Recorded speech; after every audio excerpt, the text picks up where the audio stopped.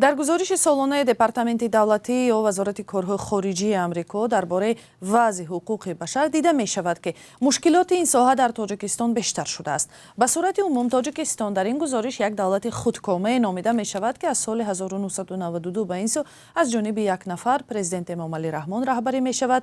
گزارش به نقش حل کننده ساختارهای انتظامی به ویژه کمیته دولتی امنیت ملی و هم زیاد شدن محبوسان سیاسی تاکید کرده است.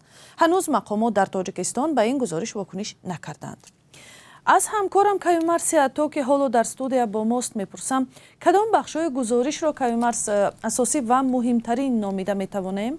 تشکر خرامان. اصلا گیریم همه نکته های این گزارش بسیار مهم هستند، ولی می شود اشاره کرد که وزارت کارهای خارجی آمریکا به کدام ها دقت بیشتر داده است. اینها پیش از همه سرکوب اعتراضات در ولایت مختار کوهستانی بدخشان در ماه می سال گذشته، زندانی شدن ده ها فعال و اعتراضگر، حبس ژورنالیستان از جمله عبدالله غروتی و عبدالستار پیر محمدزاده، شکنجه در بازداشتگاه ها، زیاد بودن پرونده های وابسته به افراطگرایی، محاکمه های پوشیده و حکم های بسیار هم سنگین و طولانی دادگاه ها و غیره. مؤلفان گزارش نوشتند که بی‌جزایی یک مشکل بسیار هم کلان و پهن شده در ساختارهای قدرتی از جمله وزارت کارهای داخلی، اداره زندان های وزارت عدلیه و کمیته دولتی امنیت ملی است و آنها در این باره البته دلیل و ارقام هم آوردند. باید گفت که مقامات تاجیکستان هنوز این گزارش را شرح ندادند، اما در گذشته البته وجود زندانی های سیاسی را در کشور همیشه رد کردند. گزارش وزارت کارهای خارجی آمریکا همچنین درباره حمله به ژورنالیستان رادیوی آزادی در روز 17 می سال گذشته، یعنی حمله به مولا رجب یوسفی، براد یوسفی، انوشیروان آریپوف و نسیم ایساموف هم تاکید کرده است و از این حمله یادآوری کرده است.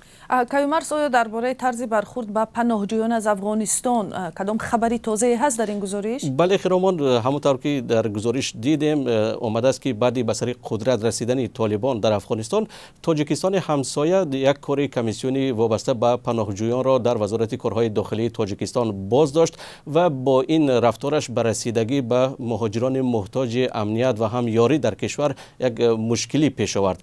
در گزارش آمده است که بسیار پناهجویان بعد از این در نیمه راه ماندند. این گزارش اینچنین از حالتهای طلب پاره یا رشوه به مبلغ بیش از $2000 از پناهجویان برای دریافت گویا شهادتنامه یا که کارت پناهندگی در تاجیکستان هم خبر داده است. ولی راست گپ سنجیدن درستی این دلیل ها در حال حاضر بسیار مشکل است. خیرامان، ببینیم که آیا مقامات تاجیکستان در این باره چی واکنش خواهند کرد. تشکر. همکارم کیومرث سیاتو بود با چند نکته از گزارش نوی وضع حقوق بشر در تاجیکستان که آن را دپارتمنت دولتی ایالات متحده آمریکا نشر نمود.